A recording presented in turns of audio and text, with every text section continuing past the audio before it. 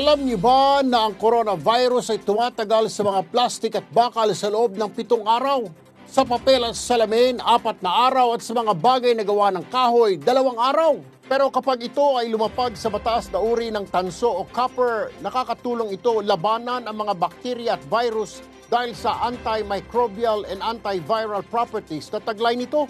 Yan po ang mainit na balita na umaapoy ngayon sa mundo ng siyensya sa pagtuklas ng mga paraan para makatulong magbigay proteksyon laban sa mga virus.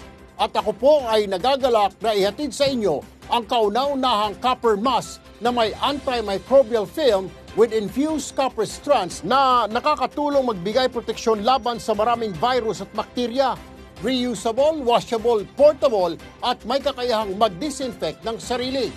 Copper mask, proteksyong suot mo, proteksyong sigurado.